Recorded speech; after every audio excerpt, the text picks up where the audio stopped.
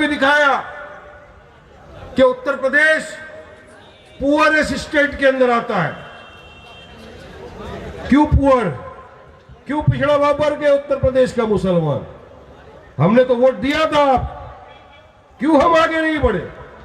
क्यों हमारे बच्चों को एजुकेशन नहीं मिला, वो तालीम नहीं मिली? क्यों हमको अस्पताल फैसिलिटी नहीं मिली? क्यों आज हम इकोनॉमिकली बैकवर्ड है? इसकी वजह एक ही है कि हम भरोसा करके वोट देते आए। हमारा वोट लेकर ये कथाकथित सेक्युलर पार्टियां सत्ता की कुर्सी पर बैठते आई, मगर हमारे लिए, हमारे बच्चों के लिए इन्होंने कोई भी काम नहीं किया। हम क्या करते, हमारे पास कोई विकल्प नहीं था। हमने समाजवादी को वोट दे दिया, हमने बीएसपी को वोट दे दिया, कांग्रेस को वोट दे दिया, सबने हमारा वोट लिया, हमारे वोट का इस्तेमाल किया इख्तियार की कुर्सियों पर बैठने के लिए, मगर आज भी इकोनॉमिकली एजुकेशनली हम बैकवर्ड है। तो वजह एक ही है कि इनकी नीयत साफ है, इनको उत्तर प्रदेश के 19% मुसलमानों के वोट तो लेना है, इख्तियार पर आके बैठना है, मगर करना कुछ नहीं है। उस वक्त हमारे पास विकल्प नहीं था, आज आपके पास एक विकल्प, एक ऑल्टरनेट है, एक ऐसी पार्टी है जिसको आप अपनी खुद की सियासती जमात पुकार सकते हो, उसका नाम मजलिस इत्तेहादुल मुस्लिमीन है। ऐसी आपकी अपनी पार्टी जो आई है आप ही में से नेता बनाने, आपका पॉलिटिकल एम्पावरमेंट करने, आप ही में से अपना ऐसा नेता चुनकर विधान भवन में, विधानसभा में भेज दे जो जाए आपके हक की लड़ाई लड़े, आपके मसले मसाइलों को वहां पर जाके सॉल्व करे। और जो 70 साल से हमारे साथ अन्याय होता आया है, उस अन्याय के खिलाफ आवाज उठाए, यही मंशा लेकर, यही नियत लेकर हजारों किलोमीटर दूर से मजलिस इत्तेहादुल मुस्लिमीन के आपके हमारे सदर बैरिस्टर असदुद्दीन ओवैसी साहब उत्तर प्रदेश में, वरना क्या चीज की कमी है? आज हैदराबाद तेलंगाना में अल्हम्दुलिल्लाह मजलिस इत्तेहादुल मुस्लिमीन ओवैसी ब्रदर्स का अगर आप देखिए कार 12 हमारे पास इंटर कॉलेज स्कूल है, कॉलेजेस है हमारे पास, मेडिकल कॉलेजेस है, हॉस्पिटल्स है, ऐसे हॉस्पिटल जो आपके पूरे उत्तर प्रदेश में नहीं होंगे, इतने हाई फैसिलिटी देने वाले हॉस्पिटल और स्कूल्स, कॉलेज, अस्पताल, ये सिर्फ मुसलमान भाइयों के लिए नहीं, हमारे हिंदू भाई बहन भी वहां पर आकर इलाज करते हैं, सबके लिए। 50 रुपए का आप एक कार्ड ले लो अस्पताल का, 3 महीने तक आपको जिस डिपार्टमेंट में जाकर इलाज कराना, उस डिपार्टमेंट में इलाज हो। क्या कोई ऐसा अस्पताल बरेली में है आपके पास? कोई है क्या? कोई ऐसा स्कूल आपके पास है जहां पर बच्चों की स्कूल की फीस से लेकर यूनिफॉर्म, किताब, कलम, पेंसिल, बैग, स्कूल फ्री? को ऐसा है क्या आपके पास?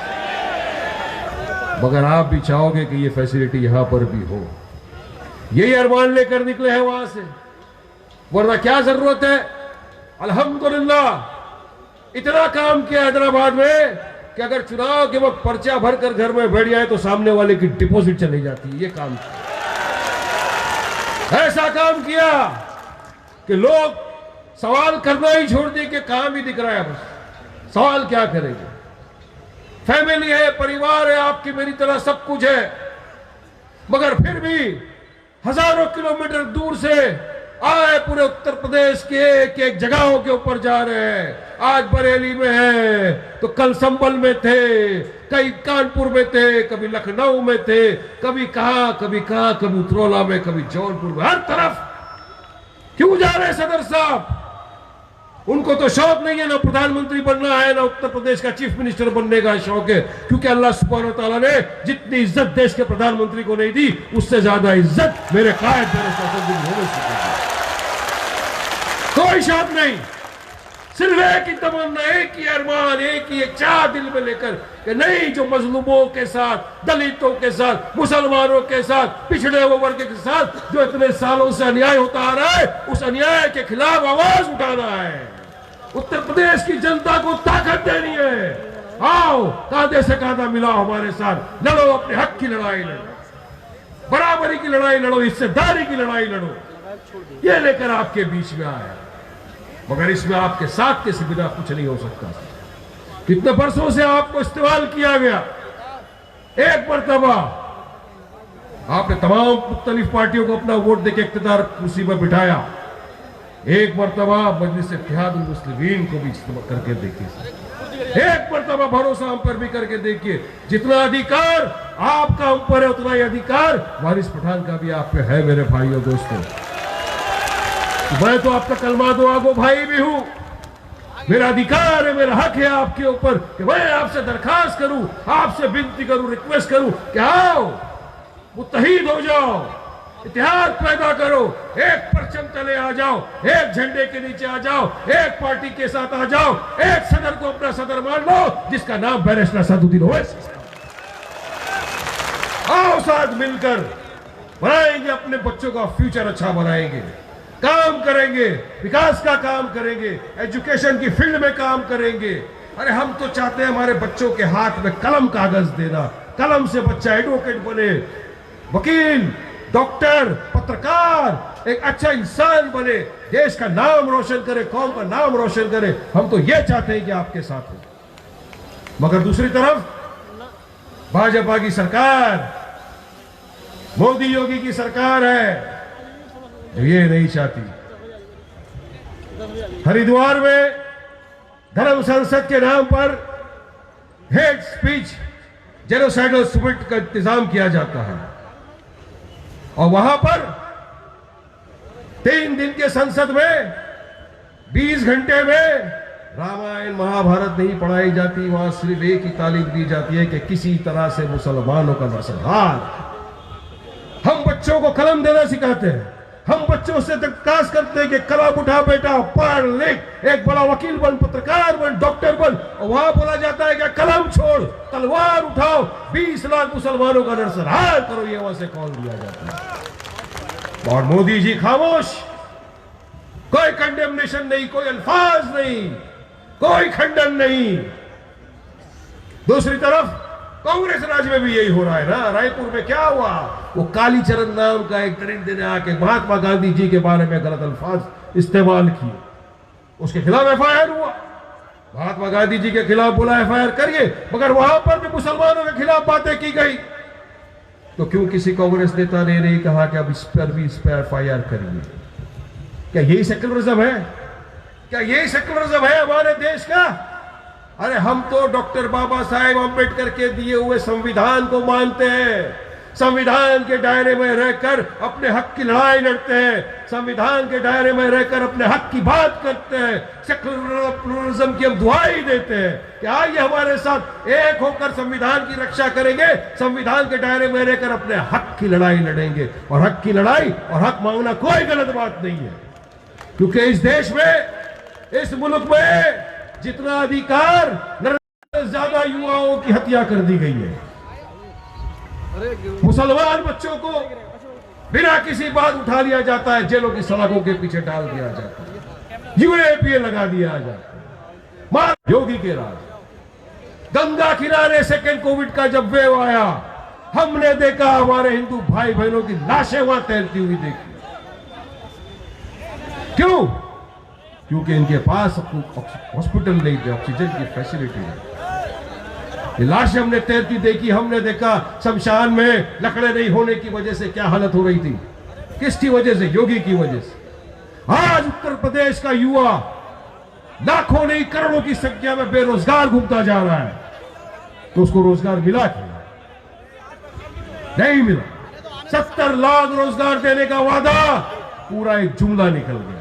और जुमले तो जुमले है ही भाई, तो जुमलाबाज लोग है ही। एक टाइम कहा था 15 लाख रुपया सबके अकाउंट में आया। आया क्या आपके अकाउंट में? आया क्या किसके भाई के अकाउंट में? मैं भी इंतजार कर रहा था आएगा आएगा, आज तक तो नहीं आया। ये खामों की दुनिया में इंसान को लेके जाते हैं, काम कुछ नहीं करते। लोग जब सवाल करने लग जाते हैं कि Modi ji, Yogi ji, petrol diesel gas का भाव कब कम होगा, तो धर्म संसद लगा दिया जाता है, ध्यान भटका। मोदी जी कहते हैं अभी उत्तर प्रदेश में सूरज ढलने के बाद कट्ठे निकलने बंद हो गए। वो तो सही बात है, आजकल दिन दहाड़े निकल रहे।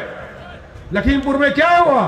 टिन्नी का बेटा थार गाड़ी लेकर घर में प्लानिंग किया, कॉन्स्पिरेसी किया, थार गाड़ी लिया और जहां पर हमारे किसान भाई संविधान के दायरे में रहकर पीसफुल प्रोटेस्ट कर रहे थे, जाके उनको कुचल दिया। बंदूक से गोली निकली कि जान चले गई। बैलिस्टिक एक्सपर्ट का रिपोर्ट आ गया, चार्जशीट फाइल हो गया कि वो बंदूक टिन्नी के बेटे के नाम के ऊपर रजिस्टर थी। क्या होता है, चार्जशीट फाइल हो गई। मगर आज भी वो मंत्री जिसके घर में बैठकर साजिश रची गई, वो मंत्री जिसके बेटे ने जाकर किसानों का कत्लेआम कर दिया, मर्डर कर दिया कोल्ड ब्लडेड, वो मंत्री आज भी अपनी सत्ता की कुर्सी के ऊपर बैठा हुआ है। आज भी मोदी के साथ वो बैठा हुआ है पार्लियामेंट। तो क्या न्याय नहीं चाहिए हमको?